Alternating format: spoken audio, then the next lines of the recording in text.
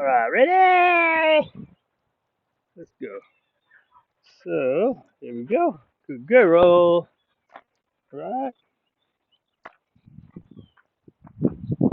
Good. So,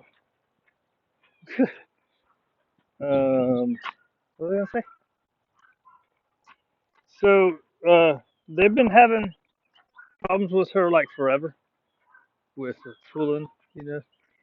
So, they got her on this easy harness, and so I'm a fan of working it and doing it on the collar so you have more control of your dog.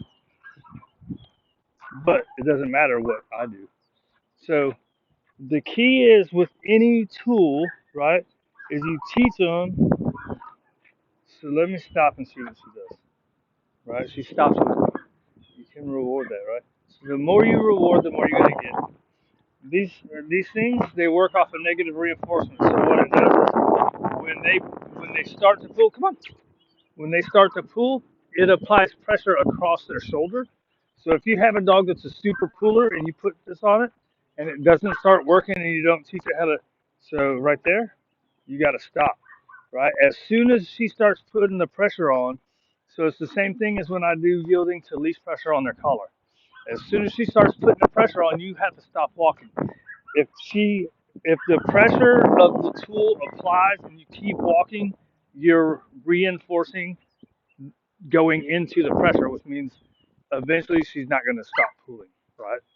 So with any tool, you still have to work it. The tool isn't there to do it for you, right? She starts pulling, you can turn around. Good.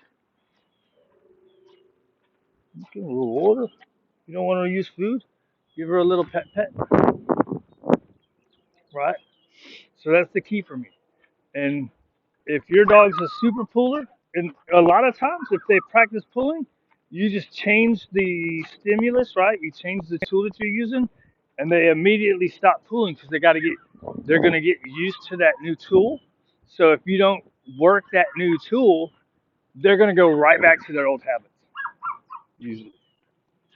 Good girl, right? Good girl. I think these are really good for dogs that are light pullers, but again, you still have to work it. If they've been practicing pulling for a long time, I don't think they work. And higher energy dogs, I've seen they're just going into that. They don't care, right? And so what happens then? There's a lot of pressure going into their shoulder. So you're messing up their shoulder if you're not working the tool. That's the key, right?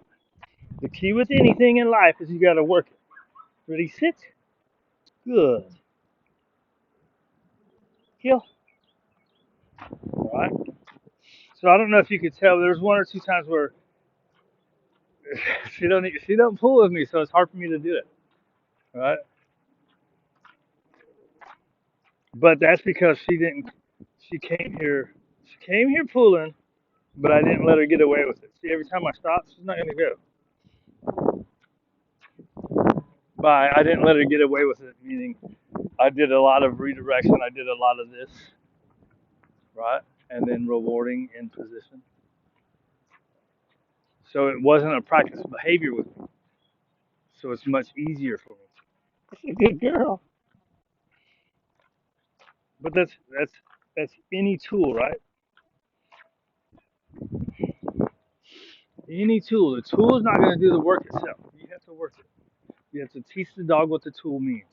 That way, you don't need the pressure of the tool. And all tools use pressure. So positive only people that use these are not positive only, right? Positive only. Positive only to me is quotations. Nobody's positive.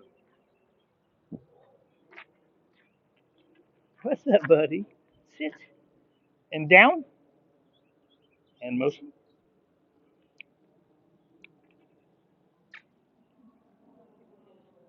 Good.